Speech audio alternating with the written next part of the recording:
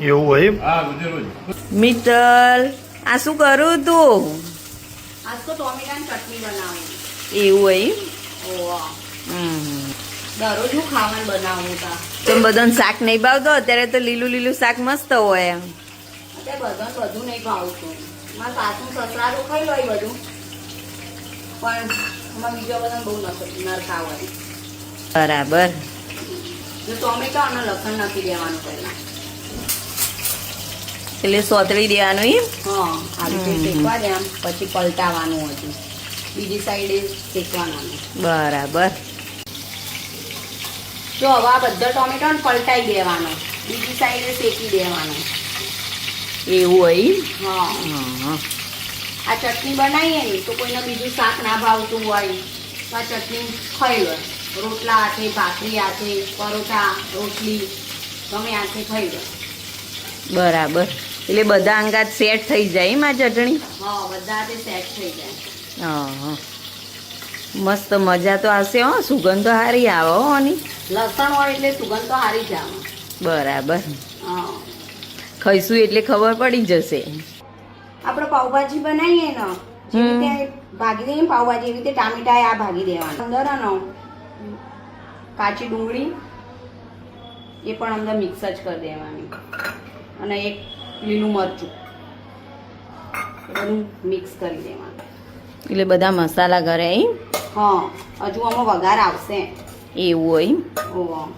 એટલે વઘારનો જ મોટો સ્વાદ હોય એમ? હા, વઘારનો જ મોટો સ્વાદ. એટલે ફાઇનલી બની જશે એમ આપણા ચટણી? હા, ફાઇનલી હમણાં બની જશે. જો આશા, આપણે શાક દાળમાં જે વઘાર કરીએ ને એવી રીતે જ વઘાર કરી દેવાનું. રાઈ, જીરું, લાલ મરચું, હિંગ, એવી રીતે. વઘાર ખાલી વેળી દેવાનો એમ? હા, મના ઉપર ચટણી પર, એટલે એનો સ્વાદ સારો આવે એમ ને વઘારનો? સ્વાદમાં એડ કરી દેવાનું.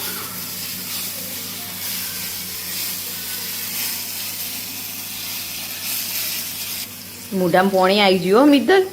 હા, અરે પછી આ વઘારમાં હળદર, લાલ મરચું આપણા સ્વાદ પ્રમાણે ઉપર સ્પ્રિંકલ કરી દેવાનું, મીઠું. મસ્ત લાગો હો મિત્તલ. મસ્ત લાગો. હવે આજે અમારા ઘરમાં બધા ખાશે, ખબર પડશે તો શાક બનાવાય કે ચટણી બનાવાય. આઈડિયા ચટણી કહેતી હતી તું? ઓવા. બરાબર ટોમેટાની ચટણી કહી દીધી. બરાબર. હું શાક બનાવું રોજ કહીએ એના કદાચ અલગ ટ્રાય કર્યો એમ? હા, અલગ ટ્રાય કરી. બરાબર. મને થોડી જ આપજો. ભાવશે લે. એવું? હા. પપ્પા જેવી બની છે ચટણી? ટોમેટાનું શાક કરતા સારી બની એમ? હા મમ્મી? મસ્ત બની. તમે નવું બનાવ્યું. સરસ તાણે ખાવાની મજા આપી જુઓ. બીજું તો હું કેવું? સાચી વાત.